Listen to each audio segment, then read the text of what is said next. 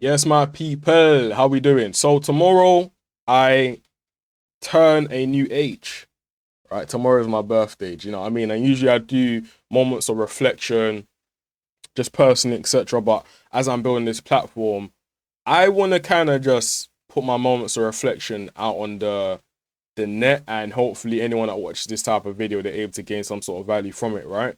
So we're just gonna keep it raw, as unedited as possible, and just basically say like some reflections on maybe some mistakes that I've made, and also how you guys can avoid it, and also some things that is gonna happen on not only this channel but just in general, right? So yeah, man, if you guys don't know me, I'm Okiki Beats, a producer, engineer, been in the game for like 7 years now, and have helped develop multiple artists, etc.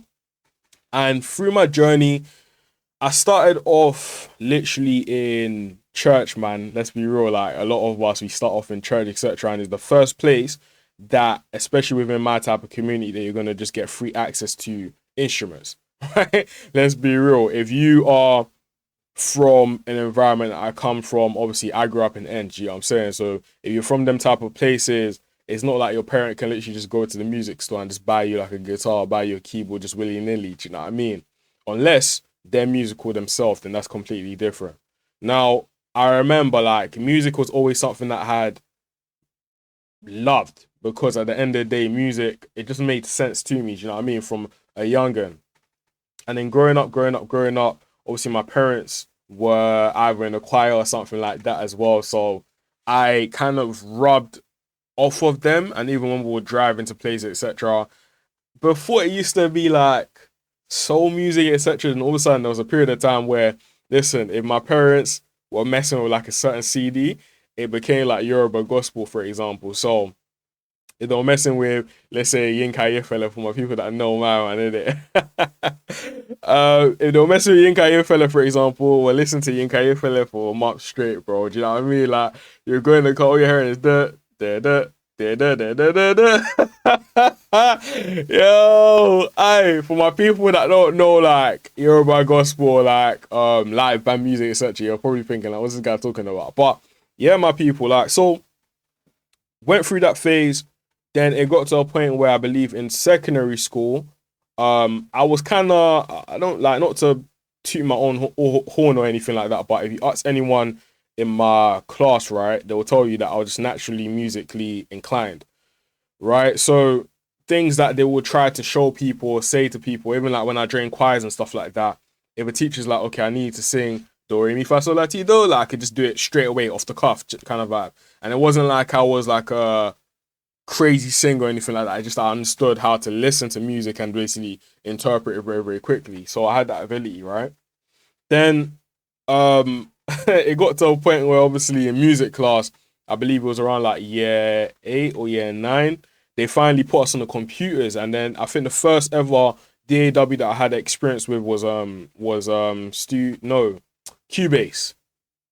And I remember with Cubase, it was like, for me personally, like thinking back to it, it was, I wouldn't say it's complex, but it's like not my preferred way of kind of working. Do you know what I mean? It was a very like kind of vibe. But there's people that obviously do their thing on Cubase even up until today, so it is what it is.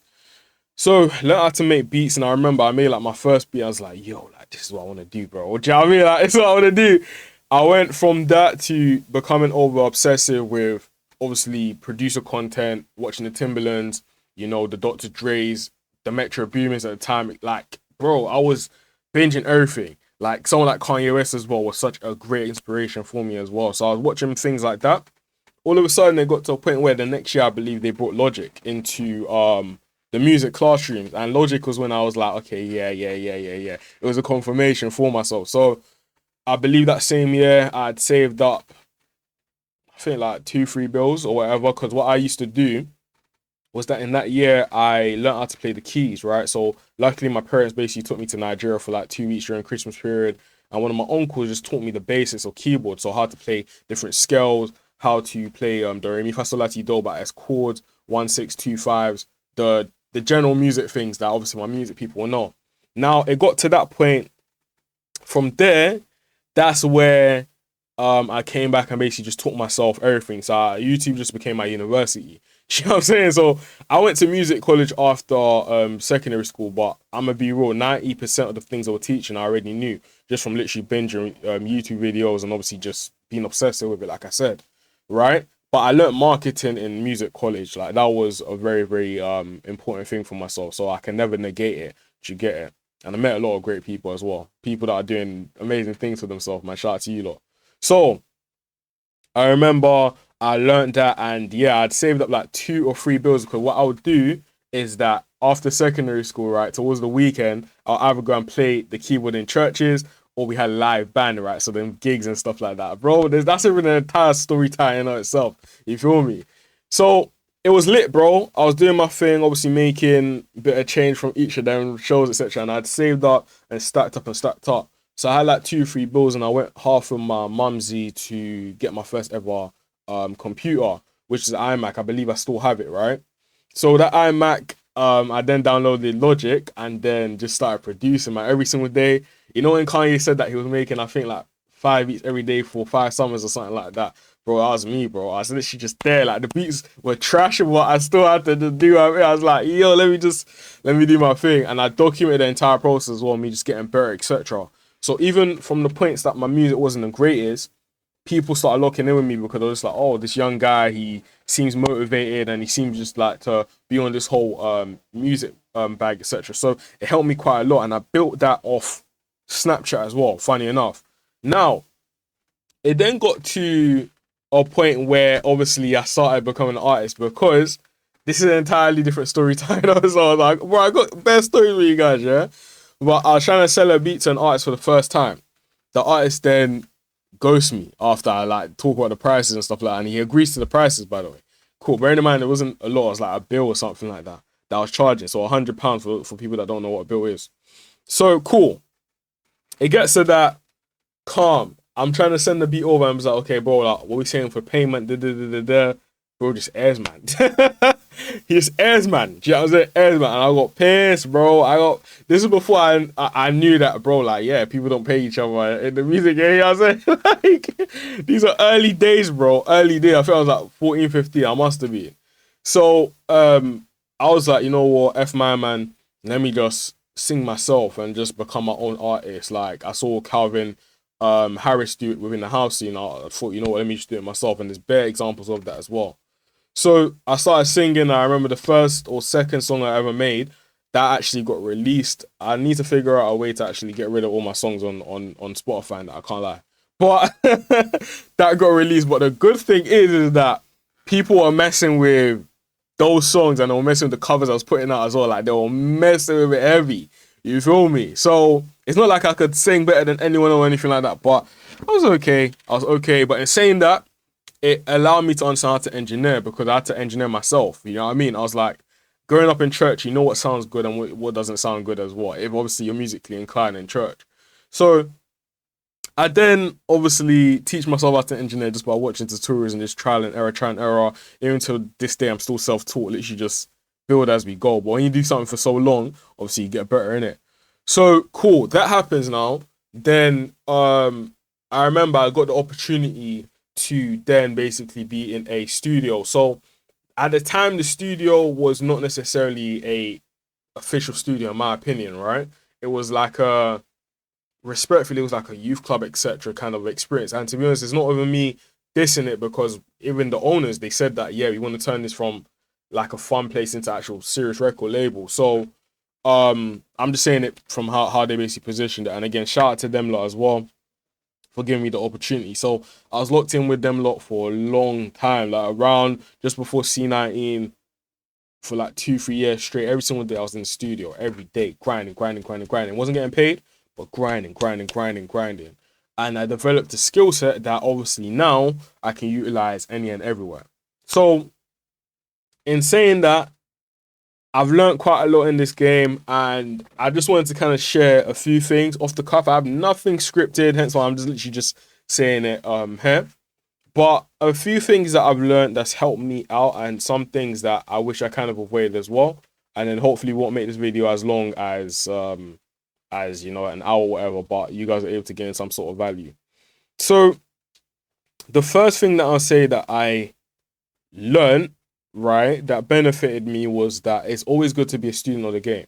So being a student of the game literally means that, bro, like you're curious to learn how to get better within your craft.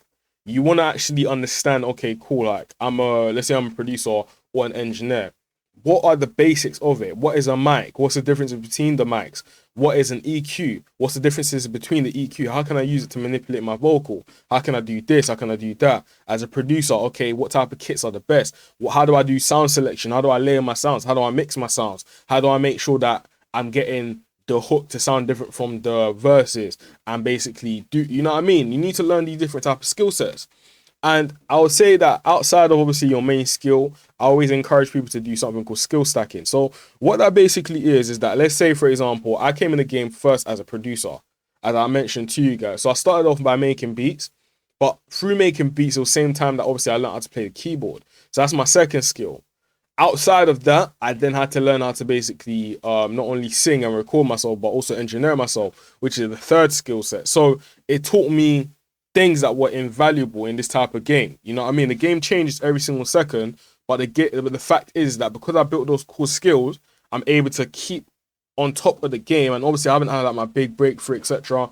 But I've worked with every single person I've wanted to work with from the get-go, man. I'm gonna be real, and I thank God for that. Outside of that as well, I'm networked with quite a lot of people because I was able to build that talent, build the skill set, and through building it, I was able to then obviously garner the attention of the right type of people. So you being a student literally means you're curious. You want to keep on learning and getting better. And I feel no way about asking questions from people, bro. If someone's better than me at something, I'm going to ask them like, yo, teach me how you did that. Or how did you do that? Like, ask them directly, you know what I'm saying? Or I've even paid like engineers and producers to, you know, shadow me for like, or let me shadow them for an hour just to kind of learn something from them. Do you know what I mean? And I feel as if though that if more people embrace that type of mentality and art of just being a student, music will be in such a better place. And even you watching this video, if you're creative, for example, you probably would have advanced way quicker because you're willing to learn, right, from people that are doing better from you. And I learned that skill set not from the music industry, from actually network marketing, because before I got into music, obviously I always wanted to, I don't know, just get some paper. Do you know what I mean? Like from secondary school selling sweets and cookies and stuff like that. There's even an entire, bro, there was a point here in secondary school that I was in year 7. I think I was in year 7, yeah. And obviously, shotting, that's basically like selling sweets or cookies or whatever, or Lucozade, for example, in school and during lunchtime and breaks, yeah.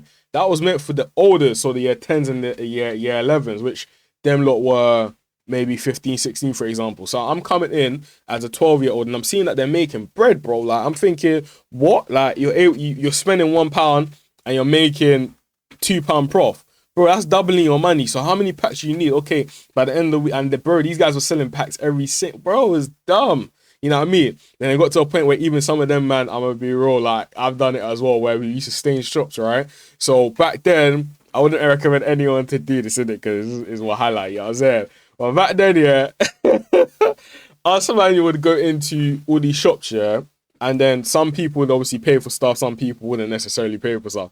But that's how to max out your margins, bro. That's how every single business person has done it in history. Let's be real, bro. They've paid little to nothing for the labor and they've sold it at a massive profit. You know what I'm saying? But I don't want to encourage bad behavior. So let's get serious again. In saying that though, from secondary school, I remember like I used to see how much these men were making, yeah. And I was thinking, yo, like, because bro, for you to make, bearing in mind, 3 wings and chips was like £1, bro, back then. Oh, you're right, bro. Like, what? You finish school, you go down the road and you see like a molly, you see don't gas me, don't gas me, fam. Don't gas me, bro. So 3 wings and chips used to be like £1, bro. Like if you were, bro, outside of pocket money, yeah, any extra change that you had used to stretch, bro. It used to stretch. Do you know what I'm saying? Like some of us would even miss out on lunch times in order for us to basically to go to the chicken shop after school. That was like a luxury, you know what I'm saying? Then obviously after that it became like Jamaican food when we got older. Then bro, don't get me mad, bro. Ah, memories, bro. Aye, don't gas me, fam. But cool. So I saw how much these guys were making, yeah.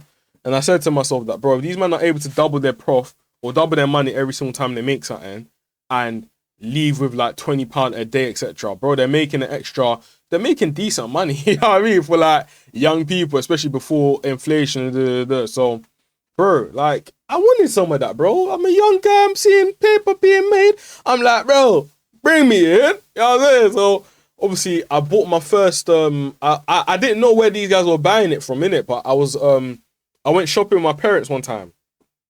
And we were doing like a monthly shopping here in Asda. The Asda is even in Old Kent Road, yeah, bro. It's still there. It's crazy. So we're doing shopping. Then we're going around the store, yeah. All of a sudden, I see in the confectionery place that, oh, you had like donuts and you had cook. I was like, oh, bro, guys, this is before like social media. I was like, bro, I think I found white chocolate, bro. White chocolate is white chocolate cookies, yeah. I think I found the same thing these guys are selling. And then obviously later on we started realizing that they were getting it from that store and they were getting loops as well from Lidl, for example. Bro, like, don't gas me, bro. This is a story time, bro. This is a real story time, you know what I mean? So, cool. I found out, like, okay, they got, and I begged my parents, like, yo, let me just get like 2 packs of these, please, please, please. Like, please, you know what I'm saying? So they bought it, cool. Then what I did, I took 1 pack to school. And the intention was that when I take the pack to school, wasn't necessarily to sell it. It was more so for me to enjoy it myself and obviously like just show the man, I'm like, yo, look what I found. Then obviously I was in science class, innit? So in science class, that was like a banter lesson, I'm gonna be real. So in science class, I pull out the white chalk and obviously I'm eating it. You're not allowed to, but it is what it is, isn't it? So I'm eating it. Then my boy was like, oh, bro, where did you get that from? Bro, hey, bust me. You know what I'm saying? So it got to that point, yeah. Then I remember like I think I took one for myself. I took another, bear in mind it's 5 in the pack, yeah. Then I think one other guy was like, oh, bro, please, man, please give me some, bro. I even pay you, bro. Do you know what I mean? Then the guy paid 50p for one. Then I was like, okay, cool. So I can actually make money myself. Cool. So I sold the rest. That's £1.50. Bearing in mind it's £1 for a pack, yeah. Then I took the other pack. I came to school the next day, and then in science class, I was like, yeah, man, them, don't go to the older lot. I got you, bro. In science class, you know where I am. Do you know what I mean? So I sold it, and bro, like, I think I made £2.50. Yeah, bro. So I made like £4, which back then, and obviously my parents bought the packs, bro. You know what I'm saying? So like, that's maximum profit. You know what I'm saying? Like, I did my thing. You know what I'm saying? So obviously made that, cool. Then I remember that exact same lunch, yeah. That same day during lunchtime, everyone was like, hey, who's Samuel? Who's Samuel? Obviously, my first name Samuel. Hey, who's Samuel? Hey, I heard one of the young G's are selling white chalk, fam. Like, bro, he's trying to take our customers. Like, what's going on? Bearing in mind, the school I went to, bro, that was a gangster school, bro.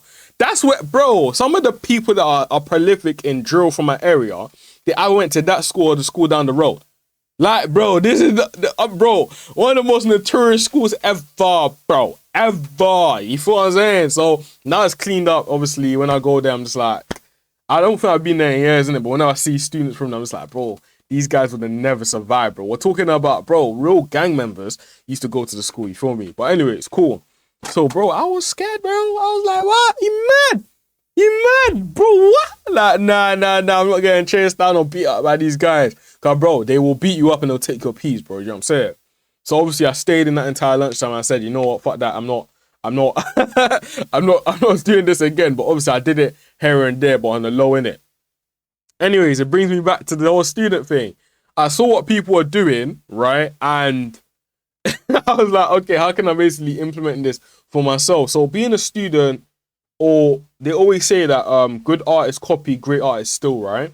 Being a student is all about not only being curious, but being a great artist. You need to be able to see what's working and steal it, bro. Do you know what I mean? Just take it. Even with content, for example, I'm starting to realize that, bro, by me copying the right things from certain type of people, it helps my channel grow. Do you know what I mean? But people will watch my stuff because they mess with me personally. You feel me? So that's number one, bro. Number two, another thing I've learned in this game is that you need to embrace failure. So last year, I had an amazing year, man. For the first year, I tried to head out of the music game and obviously build property, and I went into a property game and obviously made a killing, right? Did my thing. Now, obviously, towards the end, I talk about this, I believe, on my other channel because that's more of a business channel, right?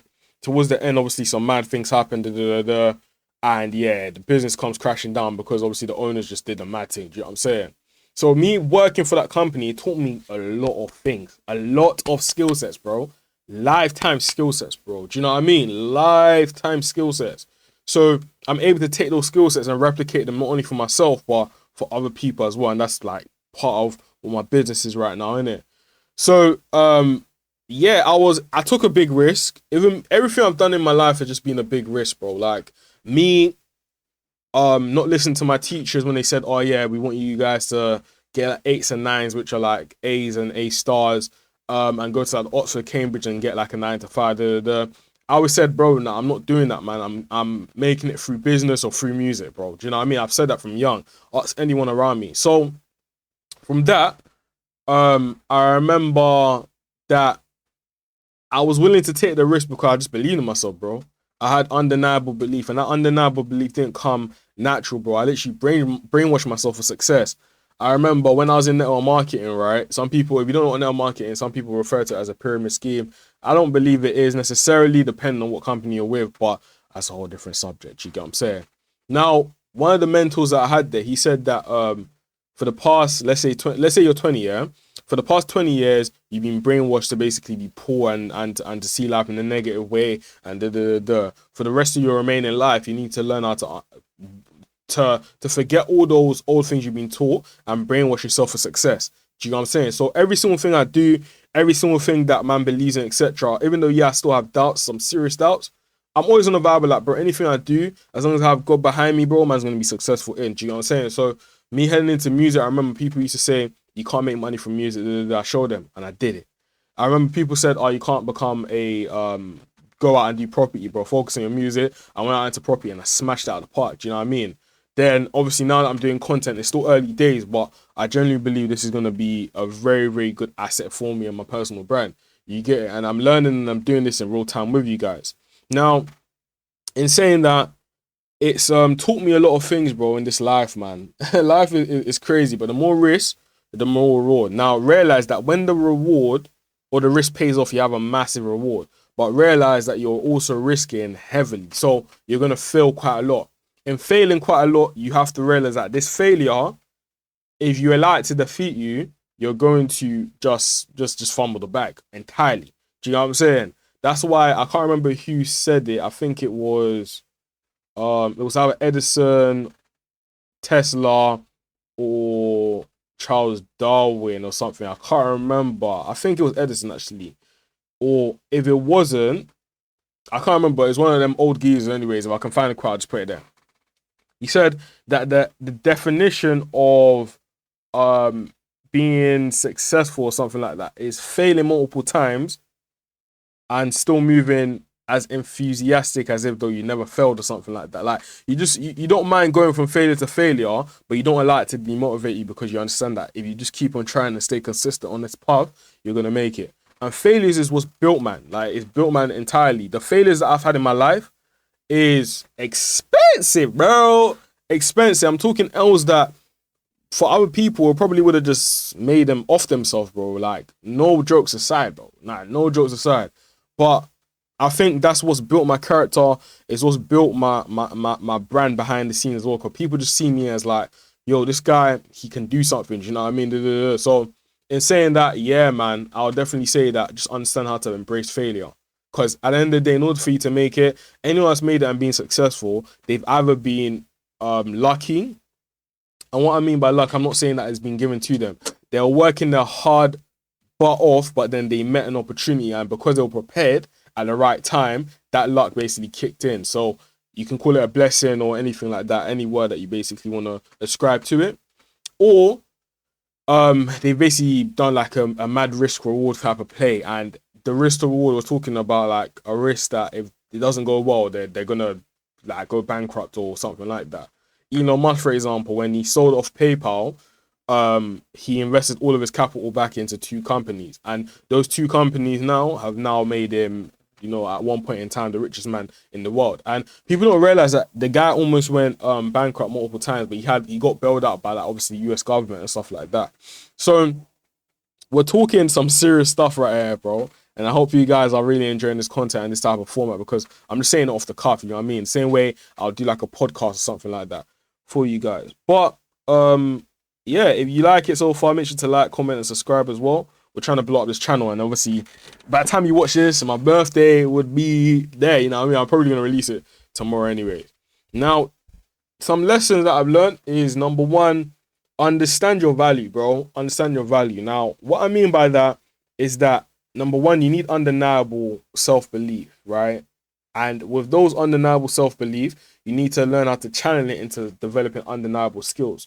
Once you have those two things, plus obviously being a student and having some sort of balance between humility and also knowing where to assert yourself in the right place, etc.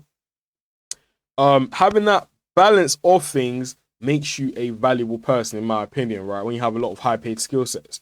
Now, what will happen is that if you don't value yourself and people can see it, they'll take full advantage of it. And I've been taken full advantage of multiple times within my life and within my career, bro. I'm gonna be real. But the only thing is that I've just tried to see the positive in it, like, multiple times, and just try to do the right thing anyways. Now, yeah, bro, people will take advantage of you, bro. If you're they always say nice guys finish last. If you're a nice guy in this game and in this game of life as well, bro, you go finish last, man. You go chop shiggy. Like, no cap. You feel me? So you don't want to be a nice guy. You want to be a decent person, in my opinion. Someone that knows their boundaries, someone that says no in the right places, but someone that knows how to say yes and actually stay humble in the right places as well. It's all about balance, right?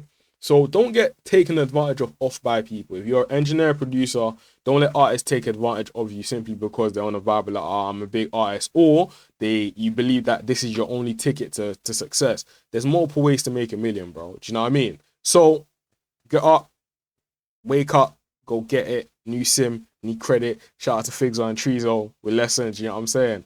But in saying that, like, there's multiple ways to make it, and I keep on showing people around me that, bro, before maybe you could take me for idiot, but now you can't do that, fam. You know what I'm saying? My accent is so trash, but you can't do that, bro. You can't do it. I understand my value. I understand that what I bring to the table.